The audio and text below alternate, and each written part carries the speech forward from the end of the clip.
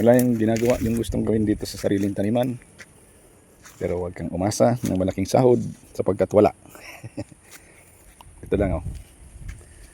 Pag wala kang pinaghandaan tulad ng mga tanim na pinapabunga, wala kang aanihin, wala kang kikitain.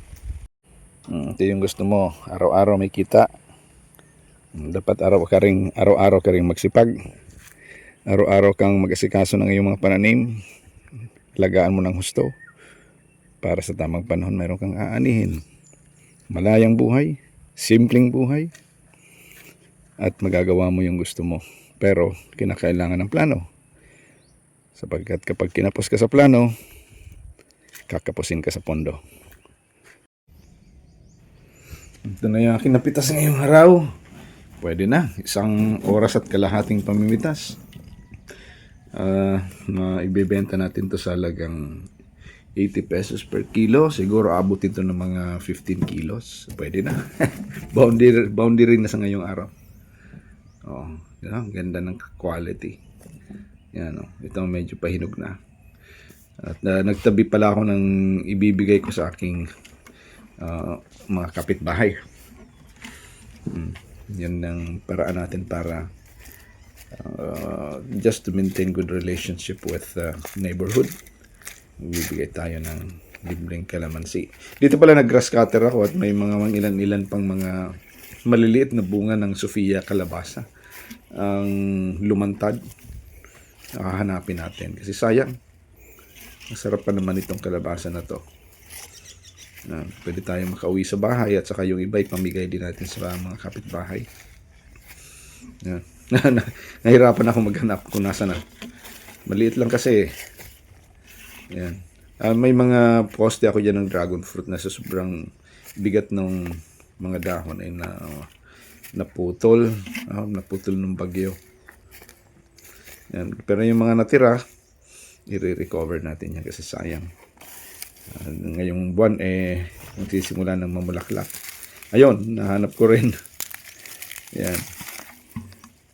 So pinag-grass cutter ko na yung mga damo, tinira ko lang yung mga baging ng kalabasa sapagkat ngayong summer napakahirap pabuhay ng punla sa lugar na to kasi walang irrigation Napakahirap naman kung didiligin natin araw-araw. So hayaan ko na muna tong mga dating tanim na patuloy na tumubo, magkabaging, mamunga. Tulad yan, mura pa, tinamaan ng grass cutter. So, pwede pang pakinabangan yan. Yan. Mga nakatabi dyan sa poste ng dragon fruit. Yan. So, pwede yung pakinabangan. So, tinira ko yung ibang puno. Lagyan ko ng pataba para manumbalik yung sigla ng mga baging. Para mamunga ulit. Yan. Mayroon pa. O, diba? Kaapat na piraso na tayo. Sarap nitong kalabasa na to, panlima. Sarap nitong kalabasa na to. Ang daming naghahanap nito sa akin. Kaya ever since na nagtanim ako nito, hindi ko na talaga tinitigilan. Every cropping season nagtatanim ko ng Sofia variety ng kalabasa. Kasi napakaganda. Hindi siya maselan, masipag mamunga, at saka in demand talaga sa market. Kahit sa mga kapitbahay, gustong-gusto nila itong bilhin. Maliban sa masarap, ay sakto lang sa isang pamilya yung size ng kalabasa. Sayang kung papatayin ko na yung lahat, wala nang pakinabang. Kaya hahayaan ko na lang muna siya. Yan, yung mga talbos na tulad nito ay pwede pang palusugin. Lagyan ko ng triple 14 sa may puno at saka i-spray ko ng foliar fertilizer. Lulusog ulit yan at saka mamumunga. Yan. Okay, ito pala ay may tanim na rin na kasoy.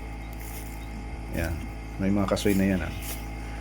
At medyo mahirap kasi yung maintenance dito kasi upland Pag bihira yung ulan, kailangan mong mag-igib ng tubig at diligan yung mga puno ng halaman. Pero kapag kasoy, walang problema pag matagalan ng crop. At mahal din naman yung tulad niya, malusog na, around 3 to 4 feet na yung taas ng mga kasoy. Bunga na yan ng sarili kong tanim. Nakahingi ako ng 3 piraso ng bunga tinanim ko yung buto at tumubo naman lahat. Pero mas naunang namunga yung isang puno at naparami ko na yung mga halaman.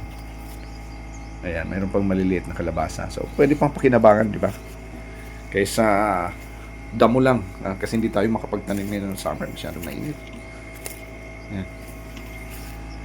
Okay, so pwede na siguro yung kalabasa na yun. 5 piraso o 6 na piraso, pwede na yun. Dito pala meron akong pina-araro na. Oh, mayroon pa pala ako ditong oranges. Tinamaan ng grass cutter. Ayan. Ayan, ilang piraso din yun.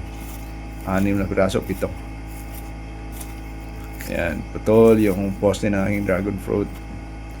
Ayan. Okay, ano pa ba? Meron pa ba? Wala na. Sige, maglalakad-lakad tayo. Tingnan natin kung ano pang makukuha natin dito.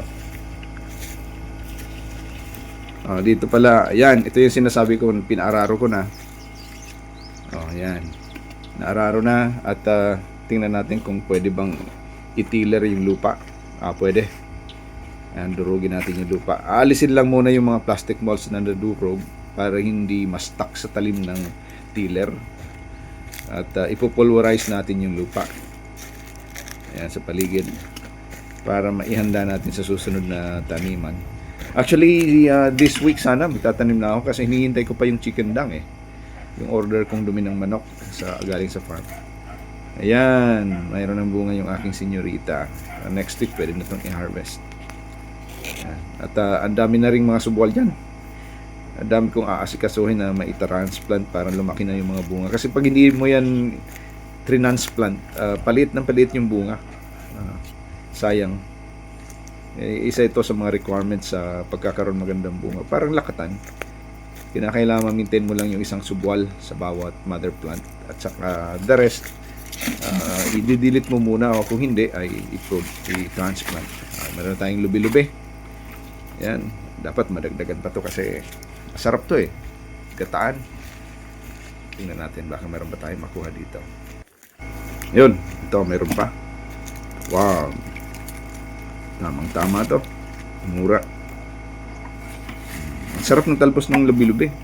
At sabi ng ilan ay pampababa daw ng blood cholesterol or bad cholesterol. O di okay, di ba? Saka mataas din yung dietary fiber ng lubi-lubi. Ayan, ito pala yung sinunog kong niyog kasi pinamugara na ng mga beetle o uwang. Yan. Pero huwag kayong mag-alala sapagkat makaka-recover din yan at pagkatapos na makapag-recover yan ay hitik na yan sa bunga. Hintay lang tayo ng mga 3 hanggang 6 na buwan. Makakadagdag na yan sa kopra. Ito ang lubi-lubi na napakalusog. Tingnan natin kung gaano kalaki yung talbos nito. Grabing lusog yung lubi-lubi natin. Kasi nagtanim din ako ng kalabasa dati dito about a year ago at talagang kinargahan ko ng dumi ng manok. Kaya pati lubi-lubi, tingnan yung talbos, napakalusog. Kaya iba talaga yung tubo ng mga halaman kahit ng lubi-lubi kapag nalalagyan ng mga organikong pataba sa paligid ng ating mga lupain. Yan. Wow. O, diba? Sulit na sulit ang ating talbos. Yan. Dagdagan natin para satisfying naman pag ginulay natin to. Yun, no? Okay na. Solve na to. Yun, pwede na. Tingnan nyo, anak. Dami na, di ba? May isang bangkong gulay na yan. Dun sa gawing yun, mayroon pa, pero saka na lang. Baka masobrahan na yung gulay natin. Meron pang umaligid dyan na maghahanap din ng gugulayan nila sa kanila naman. Yan. Ito yung mga saging natin na nagre-recover dun sa lumipas na bagyo about 4 months ago. Yan. Kinakailangan talaga ng maintenance. Yung senyorita napakabilis ng recovery.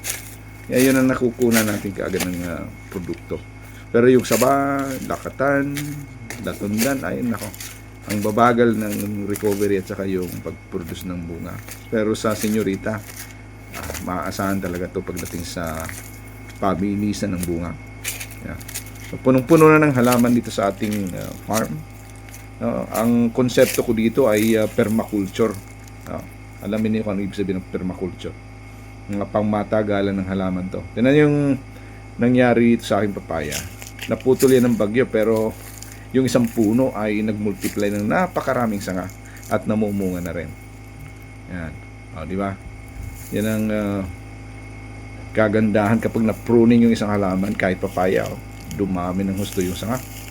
At syempre, kahit medyo maliliit yung bunga, marami naman. Diba? So yung kalamansi natin kahit sa ang dako ng farm ay meron. At saka yung tanglad. Dati napakaraming tanglad na itong pinatanim ko dahil sa in demand. Tapos nung pwede nang i-harvest na ako, bumagsak yung presyo. Kahit itong papaya na to, tingnan nyo, nabuwal na to, nabali, at saka tumubo yung napakarami din na sanga at namumunga na rin. Yan. Marami din na nakikinabang dyan. Hindi lang ako. May mga gumagala kasi sa farm ko na naghahanap ng magugulay. So kumukuha din dyan. Pero okay lang. Survival Hirap ng buhay ngayon. Mahal ng gasolina. Di ba? So malaking tulong na rin sa kapwa natin na nakakuha sila ng magugulay dyan. Anyway, supposed to be patay na yun di ba? Kasi nabali na nga ng bagyo. Pero nag-survive. So ibig sabihin, blessing. At yung blessing na yan ay hindi lang para sa atin kundi maging sa ibang hikaos din sa buhay na naghahanap ng makakain. So yan, may mga nyug na tinanim ko yan about 1.5 years ago. Kasabay nito halos ng kalamansi. Ay, maganda na rin tingnan. Yun nga lang, yung aking lukadan, yung koprahan natin, gutay-gutay na yung bubong. Kailangan mapalitan na. Sana ay mapalitan ng yero kasi wala pa akong budget. Yan. Kasi pag hindi natin yan napalitan ng bubong, mabubulok yung sahig ng lukadan. Yan. Dito pala may mga pinatira pa akong mga kahoy. Kasi maganda yung... Kasi permaculture, isa yan sa mga magagandang konsepto, yung pagkakaroon ng yung mga hardwood. Yan. Dito naman, itinamnan ko ng mga langka. Galing lang yan sa buto Pero tingnan nyo, dami ng bunga. Kailangan mabalutan ko to kaagad kasi kung hindi ay sisirain to ng mga fruit fly. Yan, yung jackfruit fruit fly. Yan. Yan, itong isa ay hindi nakapag-pollinate, nalaglag. So ita-transfer ko na lang yung plastic dun sa nabuo ng bunga. Dito lang sa isang plastic, 3 bunga yan. Tapos dito sa nabalutan ko ng sako ay medyo malaki na rin. Yan. Ayan, so yan dapat mabalutan ko ng plastic. Lilipat ko yung isa. Ayan, malaki na rin Ang kagandahan kasi kapag nabalutan mo, ayan, yung iba ay nag-aalangan na rin kumuha niyan para gulayin. Kasi sabi nila, ayan, huwag na nating kunin yan na hindi na yan tama. Kakawalan na yan ng respeto sa may-ari ng lupa. Ito pala tinanim kong langka ay 2 at saka 3 puno yan.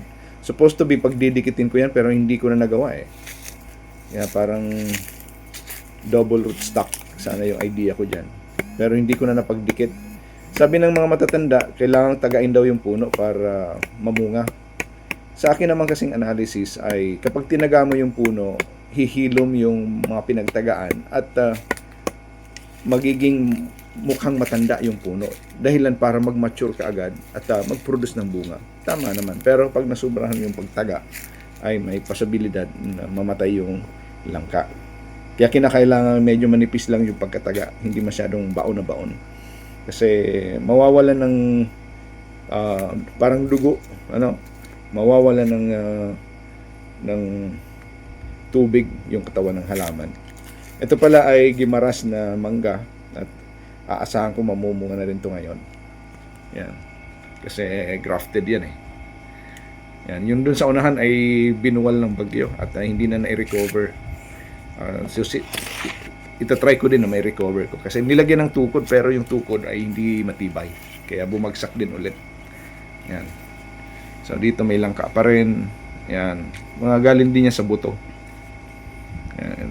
Dito yung una nating dinaanan na may mga kalabasa. So may mga stick pa yan para sa dragon fruit pero ayoko na. mahirap yung labor intensive yung maintenance ng dragon fruit dahil sa mga fungus. So, doon na lang ako sa kasoy. Yung kasoy, less maintenance. Yan. Dito naman ay may sigarilyas. Yan. So, titingnan natin ako, baka may ahas eh. Parang may nakita akong gumalaw dyan eh. Baka maapakan ko. Yan. Itong sigarilyas na to, isang puno lang pero ang daming bunga. So, kinakailangan makapagpatuyo ako ng bunga para makuhanan ko ng buto na pantanim. Makatanim tayo ng mas marami. Yan. Alright. Tingnan nyo ito mga kaibigan. Oh. Ito yung aking rainwater collector or water impounding facility ko supposed to be na nabutas na. Pumasok kasi yung kalabaw dyan eh. Inalis ko yung bakod. Pumasok yung kalabaw. So nasira. Ngayon, bumili ako ng bago. Pero medyo maiksi. I-recover ko yon. Ito ang aking mga bantay dito sa farm. 2 aso. Ito yung aking multipurpose shade. Yung aking service na tricycle. At sisinop na tayo ng ating mga gamit. At magmamadali tayo sapagkat Holy Week. No? Holy Thursday. May mga magpoprosesyon ng mga santo-santa sa kalsada. Mababarahan tayo ng traffic. Kaya yan, may konting nyog. Nandito yung ating kalamansi. Magsisinop na tayo. Mag-get ready na tayo para mailagay na natin sa tricycle at makauwi na tayo. Sapagkat kung hindi ay matatrap tayo ng traffic dahil sa prosesyon. Okay? Alright. So, God bless sa inyong lahat mga kaibigan. Please comment, like, and share, and subscribe. Maraming salamat sa inyong panonood. At God bless.